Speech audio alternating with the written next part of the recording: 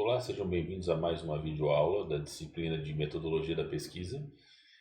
Hoje a gente vai falar sobre a estrutura dos diversos tipos de redação científica, mostrando as pequenas variações que ocorrem em cada um dos tipos de redação científica.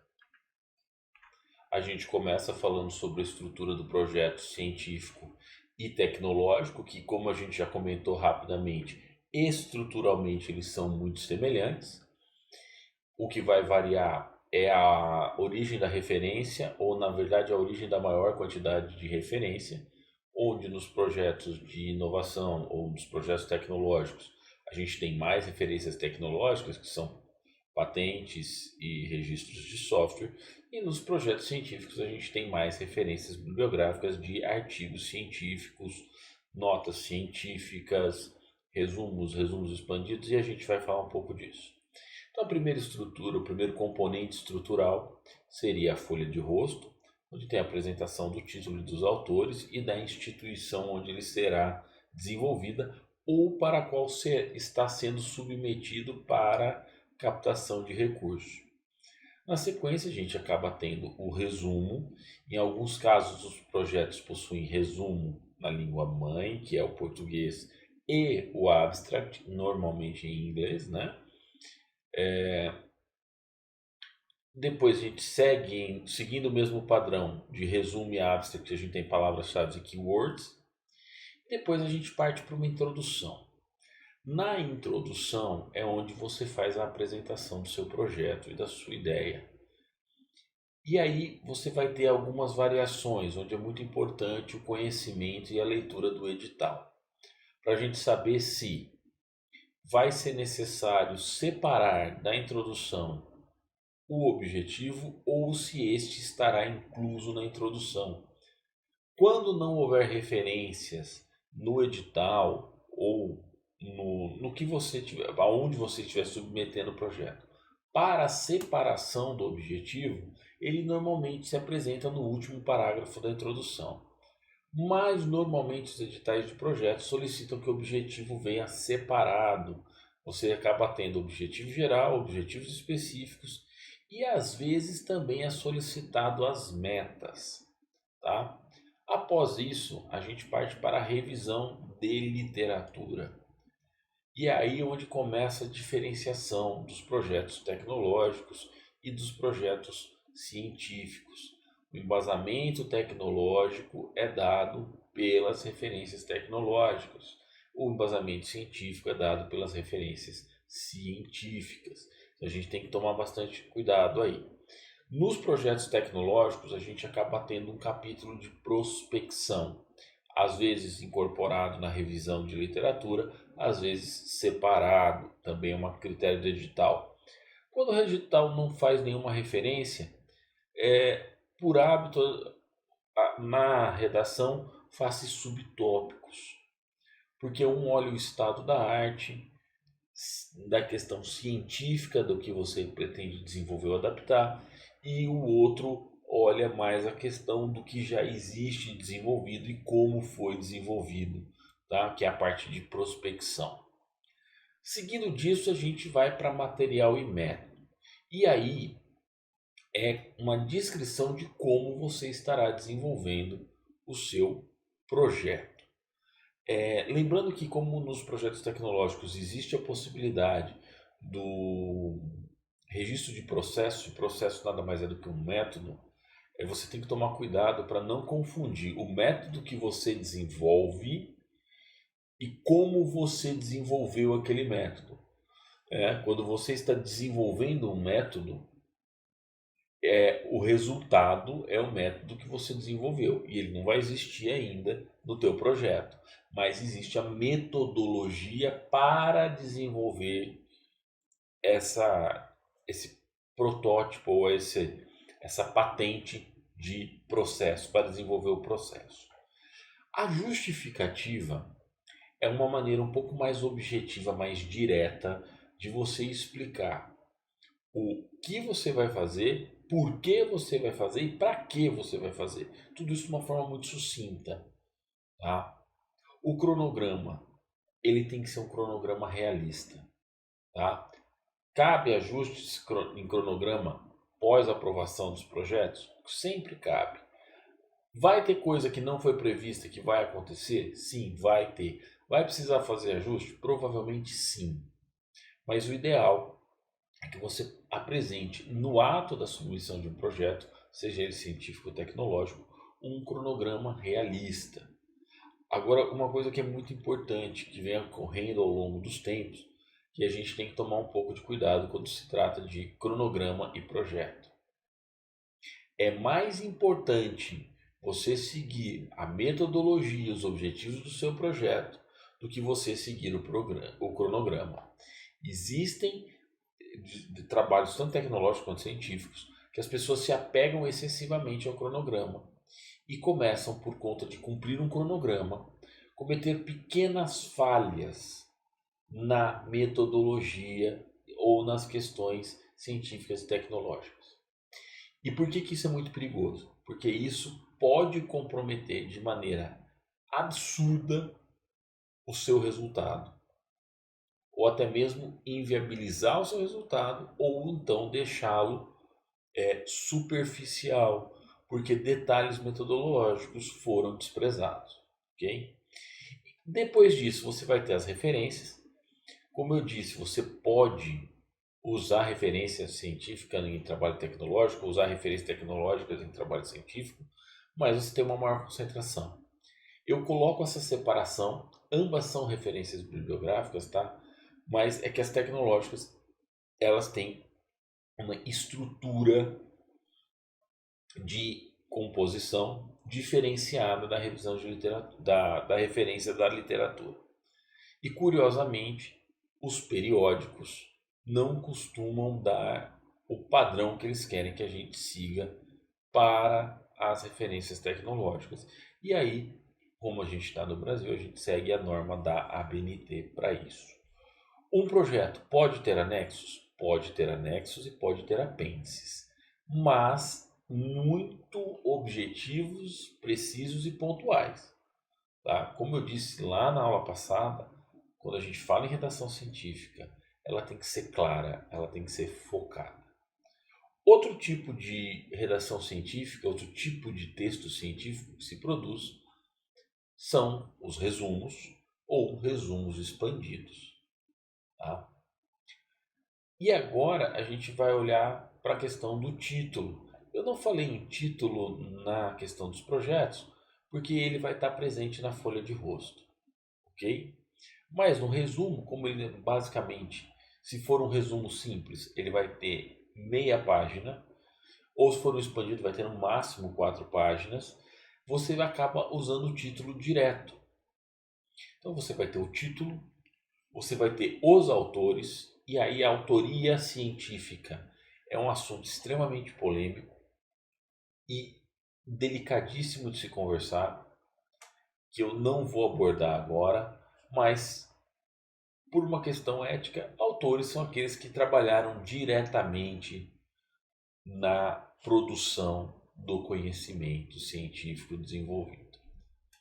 A filiação autoral, que é da onde são esses autores, são todos da mesma instituição, se são quais são as suas instituições, quais são seus contatos, quais são os seus graus institucionais. Você pode ser discente de graduação, mestrando, doutorando, docente, pós-doutorando, professor visitante, e aí vai depender também da norma do evento do própria revista que publica resumos expandidos, em alguns casos, e você quer publicar ali com o que ela quer das suas filiações autorais. Algumas vão até o fato de quererem endereço completo e CPF não, e e-mail, tá? CPF a gente precisa informar para o autor, principalmente para o docente envolvido, porque ele tem que fornecer para a CAPES nos relatórios da Sucupira, mas pega teu endereço completo, CEP, e-mail, e antigamente se usava número de telefone na filiação autoral. Quando a gente trata de resumo simples, a gente fala em um resumo de meia página, em torno de 350 palavras. E aí eu vou abrir um parênteses aqui. Depende do evento. Depende da revista, depende da norma que te é apresentada. Prestem muita atenção nisso. Quando eu falo dos tipos de redação, a gente dá um exemplo geral, mas normalmente está atrelado com a norma do evento, com a norma do periódico, com a norma da empresa de fomento e com o edital ou com a normativa padrão, tá? No geral, um resumo simples não tem muito mais de 350 palavras. Alguns chegam a 400, alguns periódicos não deixam chegar nem a 250. E o que você vai pôr nesse resumo? Qual é a característica dele? É um texto único, que você tem que ter uma breve introdução, que normalmente é só o objetivo do trabalho, não chega a ser a introdução como um todo. Uma síntese do material e método, o resultado simplesmente seco ali, puro, a conclusão e as palavras-chave. Veja, não tem espaço para justificativa, não tem espaço para meta, não tem espaço para discussão no resumo. Resumo é aquilo que a gente quer que o autor leia, o autor não, o outro cientista leia e diga, nossa, esse trabalho se encaixa com o meu trabalho, ele vai me servir de base. Então agora que o resumo mostrou que ele serve para mim, irei ler o trabalho todo. O resumo tem essa função. Ele tem a função de dar agilidade para as pessoas da área decidirem se o seu trabalho pode servir de base para ele ou não. E o resumo expandido ele já é um pouco mais corpulento. Veja, no resumo simples a gente está falando de um único parágrafo. Já no resumo expandido a gente está falando de vários parágrafos. Nós estamos falando das divisões próprias do texto, onde ele vai apresentar introdução, material e método, resultado de discussão, conclusão, referências e palavras-chave. Uma coisa muito importante frisar é: existem resumos expandidos que pedem resumo. Existem resumos expandidos que não pedem resumo. Existem resumos expandidos que pedem o resultado separado da discussão. Existem resumos expandidos que pedem eles juntos.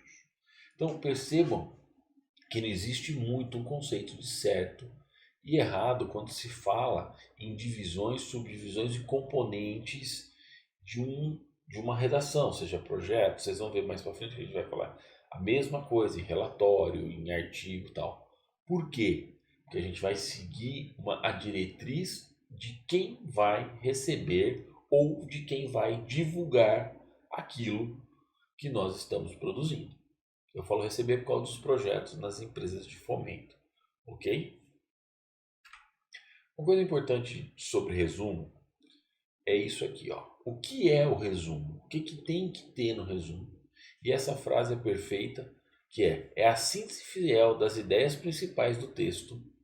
Em poucas palavras, você deve condensar todo o seu texto, todo o seu trabalho, desde que o mesmo tenha sentido. E eu gosto de lembrar essa frase para vocês pelo seguinte: é muito comum as pessoas quererem fazer o resumo de uma maneira muito rápida. Elas vão lá, copiam uma frase, a frase do objetivo, algumas frases da metodologia, algumas frases do resultado, a frase final da conclusão, colocam uma atrás da outra e diz: meu resumo está pronto. Mas elas são desconexas. Falta aquele link de redação para que as ideias se conectem e façam sentido. Então, resumo não é Ctrl+C, Ctrl+V a linha importante de cada parte.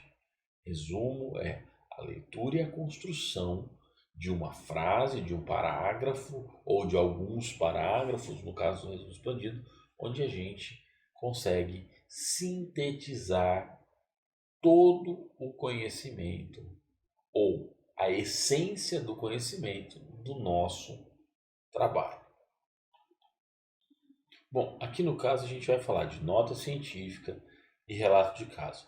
Como eu já adiantei um pouco para vocês, o relato de caso ele é mais comum, não que ele não exista em outras áreas, nas áreas da saúde, enfermagem, psicologia, medicina veterinária e às vezes alguns casos específicos em humanidades, mas humanidades é um pouco diferente.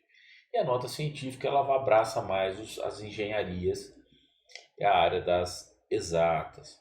Também existindo nota científica na área da saúde e lá de casa na área deles. É só que existe uma maior concentração. A estrutura dela é muito simples, vocês vão ver que ela se assemelha muito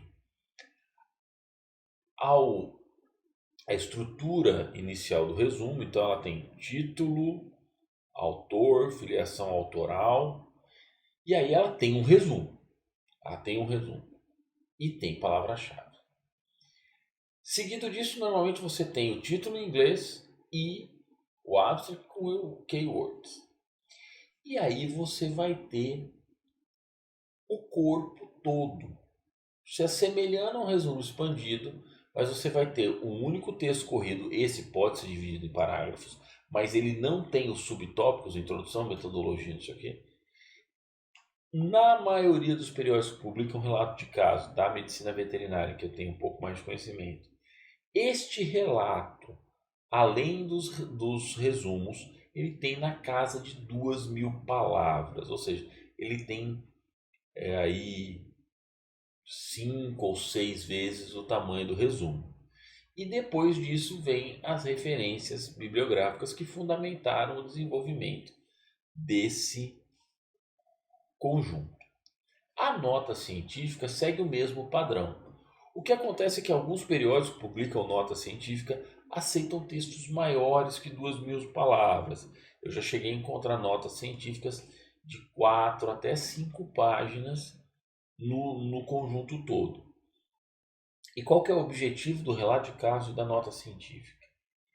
É você pegar um assunto ou um fato que ocorre paralelo, ou no caso da clínica veterinária, ocorre dentro de uma clínica, você recebe um animal numa condição atípica, com pouca literatura ou até mesmo sem nenhuma, onde com sintomatologias que não condizem com a doença que ele foi diagnosticado, com sintomatologias a mais, a menos. São casos atípicos, são casos de anormalidades, né? Não são simplesmente variações. Ou então você está conduzindo um experimento com foco todo delineado para uma coisa e você faz uma observação extra-projeto. Isso gera uma nota científica. Ou você faz uma observação extremamente relevante antes da conclusão do projeto, mas que aquele ponto está concluído e que você quer dar celeridade na divulgação daquele conhecimento, e aí você prepara um relato de caso, uma nota científica e submete a periódicos. Não são todos os periódicos científicos que aceitam, e isso é uma coisa muito relevante. Você já tem que pensar em quem aceita e sim mandar, porque isso é a divulgação da ciência. Vocês vão observar daqui para frente que muitos tópicos que estruturam os nossos componentes redacionais são repetidos, principalmente título, autor, filiação, resumo, palavra-chave, abstract, keyword, títulos em inglês. A gente fala inglês, mas se você mandar para um periódico que a língua mãe do periódico é espanhol, você vai ter que ter um resumo em espanhol, um título em espanhol. Se for o francês, vai ter um título em francês, um resumo em francês, em alemão, idem. Algumas sim, outras não, né? E tem revistas que se põem sempre, mesmo ela sendo japonesa, todo o seu conteúdo é em inglês. Isso acontece com muita frequência, até com mais frequência do que você ter revistas que pedem bilíngue, tá? Inclusive revistas nacionais no Brasil, que hoje já não pedem mais nada em português. Você já submete em inglês, ela publica 100% em inglês, é tudo em inglês. Ok? O próximo tipo de redação que a gente vai tratar seriam das monografias e dos TCCs. E aí eu vou aproveitar, vou puxar o assunto da revisão junto. Por quê? Porque muitos trabalhos de monografia e de TCC, na verdade a maioria deles, são exclusivamente trabalhos de revisão. Revisão de literatura. E aí, gente, existe um ponto muito delicado que eu já abordei no vídeo anterior, que é esses artigos essas revisões monográficas e de trabalhos de conclusão de curso, elas têm o mesmo aporte de conhecimento que uma revisão de literatura para publicação num periódico de renome tem? Na maioria dos casos, não. Porque as revisões de grande porte em periódicos de renome são pessoas que já têm uma bagagem de conhecimento sobre aquela temática, uma altíssima reconhecimento, ou seja, ele tem notório saber sobre o tema. Diferente de uma monografia ou de um TCC, que é o primeiro passo na vida da redação científica de uma pessoa, tá? E qual é a estrutura dessas três tipos de material científico que pode ser produzido? Como eu disse, título, autores, filiação autoral, resumo, palavra-chave, título em inglês ou no outro idioma, abstract, keywords e introdução. E aí, curiosamente, como é uma revisão de literatura, ela tem metodologia? Não, não tem. Ah, ela tem um capítulo de introdução e outro de revisão? Não, porque tudo é uma revisão. Então você acaba tendo exclusivamente um capítulo de introdução. E o que a gente faz nesse capítulo de introdução? Cria subtópicos. Esses subtópicos são revisão, metodologia, conclusão? Não. Esses subtópicos são o quê? São as partes da temática. Então eu, por exemplo, trabalho com morfologia intestinal. Eu vou lá, eu tenho anatomia macroscópica do intestino, anatomia microscópica do intestino. Aí depois eu tenho fisiologia do intestino, histologia, e por aí vai, descrição histológica, composição celular, alguma outra particularidade da dieta que está sendo estudada. Estou dando uns exemplos, são subtópicos temáticos e não subtópicos tradicionais, ok? E aí você sai de toda essa introdução dividida, que é baseada em uma bagagem, um volume de pesquisa muito grande, pesquisa literária, né, de literatura e não experimental, e tira uma conclusão. Você conclui com base no conhecimento adquirido pelo aquele material que você estudou. Tá? Então tem sim uma conclusão. Tem discussão? Não, a discussão ela fica entremeada nesse grande capítulo de introdução, que não é uma introdução, é o capítulo do trabalho todo, é a revisão toda, né? E nele você vai tirar conclusões a partir do que foi observado por outros pesquisadores, que você usa como referência, por outros trabalhos que você usa como referência, que podem inclusive serem seus já publicados. Não exclusivamente seus, mas também seus. E depois você tem as referências. E por que eu falo que isso é diferente uma monografia, um TCC, de um artigo de revisão? Porque você tem artigos de revisão, você tem 100, 120 referências dependendo da área. O que não é muito comum para um TCC, para uma monografia. Tá? Até porque é uma questão de tempo para escrever e de bagagem, como eu digo, de experiência, de notório saber no tema proposto. Ok? Eu, particularmente, eu acho o artigo de revisão um dos artigos mais difíceis de serem escritos.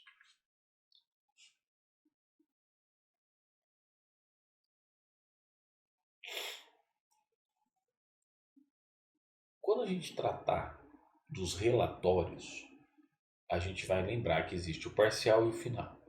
E estruturalmente existe uma diferença de componentes. Porque no parcial, novamente, títulos, autores, filiação, resumo, vocês vejam que isso se repete. Objetivo dentro da introdução ou fora. Depende do edital, depende da normativa, da hora que você aprovou o projeto que você tem que enviar o relatório. Tem relatório que vai pedir dentro, tem relatório que vai pedir fora. E aí a gente tem que ter conhecimento do que lhes foi pedido. Então, às vezes a gente faz o projeto de iniciação científica, o professor escreve o projeto, escreve o plano de trabalho e entrega para o aluno. Aí vem o relatório, ele não manda, o aluno não lê o edital da iniciação científica para saber qual é a estrutura do relatório que ele tem que providenciar. E aí ele começa a bagunçar toda a estrutura porque ele não sabe qual é a estrutura que veio. Ele pega uma estrutura geral e faz, e não necessariamente essa estrutura é a estrutura que deve se usar. Então você vai ter lá ali a introdução com o objetivo separado dele, meta, se pedir, e vai para a revisão de literatura. Dali vai para material e método. E aí você tem uma coisa chamada resultado parcial. Que o que é o resultado parcial? São os resultados que você atingiu até aquele momento. Você vai discutir? Não, você não vai discutir. Porque se você não finalizou um dado, não tem por que você discutir esse dado. Se você vai olhar o dado, você finalizou um e não o outro, você não pode olhar os dados isolados, porque a ideia da pesquisa é você olhar os dados isolados, depois olhar os dados em conjunto e contrabalancear os dados ou contrapô-los. Então você não vai fazer essa análise ainda. Você vai apenas apresentar os dados puros. Lógico, se tiver que fazer estatística, se já tiver condição de ter feito, você apresenta estatística, tal, mas você não se aprofunda nesses dados. E observem que aí a gente não tem a figura da discussão e não tem a figura da conclusão. Por quê? Porque se eu não concluir meus resultados, como eu vou discutir parcialmente, sendo que os outros resultados podem influenciar o resultado que eu já tenho? Como eu vou concluir algo se eu não concluir os meus resultados? Mas eu já tenho referência, porque eu fiz uma revisão, eu fiz uma metodologia, e aí eu apresento meus resultados parciais e minhas referências. Normalmente alguns editais pedem em relatórios parciais que se envie o cronograma e, se for necessário ajustar, que se justifique o ajuste do cronograma. Então, esse normalmente é o momento onde você pode apresentar os seus resultados parciais e dizer: olha, eu estou em dia com as minhas atividades, eu estou atrasado com as minhas atividades, mas elas estão aqui. Eu vou precisar esticar aqui, eu vou precisar enxugar aqui. Mas, basicamente, relatório parcial é isso. Quando a gente passa para o relatório final, e aí a gente pode equiparar ele à dissertação e à tese, lembrando que o que vai variar nessa estrutura são as normas de cada programa de pós, as normas da empresa de fomento ao qual você vai devolver o relatório, ou da empresa privada que você está prestando conta do seu relatório. A estrutura, de novo, começa lá, como eu já falei: título, autor, filiação, resumo, palavra-chave, a introdução, se vai ou não o objetivo, se tem que ter meta ou não, isso eu já expliquei. Revisão de literatura, agora ela é completíssima, não, se a tua revisão anterior ficou faltando alguma coisa no parcial, tem que estar completa agora. A metodologia tem que estar muito bem escrita, muito completa, não tendo informações desnecessárias, mas não deixando de dar todas as informações para que o seu trabalho possa ser replicado por outra pessoa.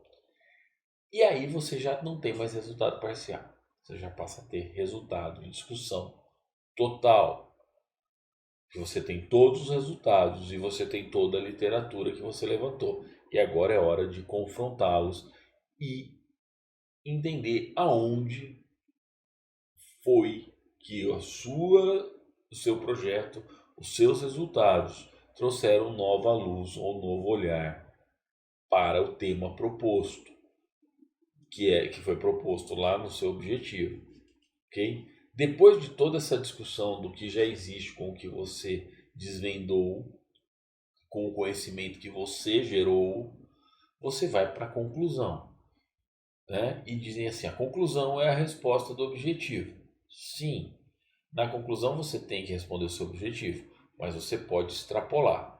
Mas cuidado para não extrapolar com aqueles chavões. É necessário concluirmos tal, tal, tal, mas é necessário mais pesquisa sobre o tema. Gente, mais pesquisa sobre qualquer assunto sempre é necessário. Eu desconheço um assunto dentro do universo científico que a pessoa pode dizer que ele está 100% estudado e o conhecimento sobre aquilo está esgotado. Tá? Então, cuidado com esses chavões. Olha, mais estudos são necessários, outros projetos nessa linha devem ser desenvolvidos. Isso é lógico, isso é óbvio. Né? Então, cuidado com isso, porque isso às vezes pode até soar indiretamente com que você podia ter feito mais e não fez, mas você já está você está querendo se livrar do seu trabalho, dizendo, olha, eu cheguei até aqui, daqui para frente é problema de outra pessoa. Eu podia ter feito mais, mas não estou afim de fazer e eu não vou fazer. E não é a realidade, mas pode soar assim. Ele vai ter as referências bibliográficas, pode ter tecnológicas, como eu já falei. E aí você pode cair em algumas questões, principalmente de dissertações e teses, aonde toda essa estrutura pode estar dividida em capítulos e artigos, tá? Como assim? Às vezes você dentro de uma dissertação, de uma tese, nesses projetos, você faz várias observações, várias análises independentes. E aí você pode reorganizar em capítulos ou em artigos, já no formato de um artigo científico, que é mais compacto. Se assim você fizer, você vai ter que fazer o quê? Você vai ter que, dentro de cada capítulo, ter a estrutura de resumo, palavra-chave, introdução, revisão, material e método, resultado, discussão, conclusão e referência para cada capítulo. E ainda vai ter uma introdução geral, uma considerações finais, onde você analisa todos os capítulos e faz uma interpretação disso. Após isso, você vai ter as referências da sua introdução geral e finaliza a estrutura desse relatório, dissertação ou tese, que basicamente tem a mesma estrutura.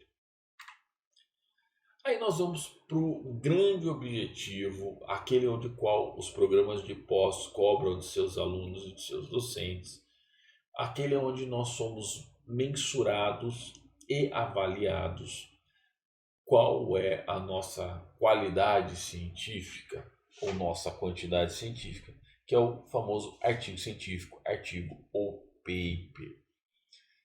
E aí vocês vão ver que ele é muito parecido com o relatório final, muito parecido com a dissertação e com a tese. Mas qual é a grande diferença? Ele segue uma norma de revista. Ele costuma ser mais compacto. Ele não pode ser dividido em capítulos. Tá? Então, o artigo ele tem isso. Vocês vão ver nos próximos vídeos, a gente vai falar sobre cada item que compõe um artigo. E por que a gente vai focar em artigo? Porque o artigo é aquele que você vai mais ler e é aquele seu grande objetivo final na pós-graduação. Muito maior do que a dissertação no mestrado ou a tese de doutorado é a publicação do seu artigo. De nada adianta você defender um mestrado ou um doutorado e nunca publicar seu artigo. Não adianta para o seu currículo, não adianta para a ciência. Ok? E por último, não menos importante, só para vocês terem uma noção, a gente tem as patentes e registros de software, tá? Eu não vou falar da estrutura deles agora, só trouxe aqui para mostrar para vocês que o problema de patente e registro de software é que acontece assim, você vai submetê-lo sempre, estando no Brasil, ok? Ao INPE, ao Instituto Nacional de Propriedade Intelectual. No INPE você tem as normas detalhadas e atualizadas. Então, quase todo ano tem alguma atualização. Para quê? Para você redigir a sua solicitação de registro ou proteção de software e as suas patentes. E aí a gente tem basicamente, tá? Patente de invenção, patente de processo, patente de produto, registro de marca e de software. Patente pode ser nacional e internacional. A internacional ela pode ser direcionada a mais um ou dois países, você escolhe qual é o país, ou você tenta um sistema de patente global, que não é global, mas não é global, porque não são todos os países do mundo que respeitam esse sistema de patente global. Quanto mais países envolvidos numa proteção de patente, maior é o custo de proteção. Uma patente de invenção, ela não é redigida da mesma maneira que uma patente de processo, que não é de uma patente de produto. Um registro de marca não é igual a um registro de software. Tá? Então, cuidado, gente. O uso indevido de marcas registradas, que vocês já devem ter visto aquele Rzinho com uma bolinha em volta sobrescrito, aquilo significa marca registrada. Significa que alguém é dono daquilo. E para você poder usar aquela marca, você tem que ou ter autorização ou pagar para utilizar.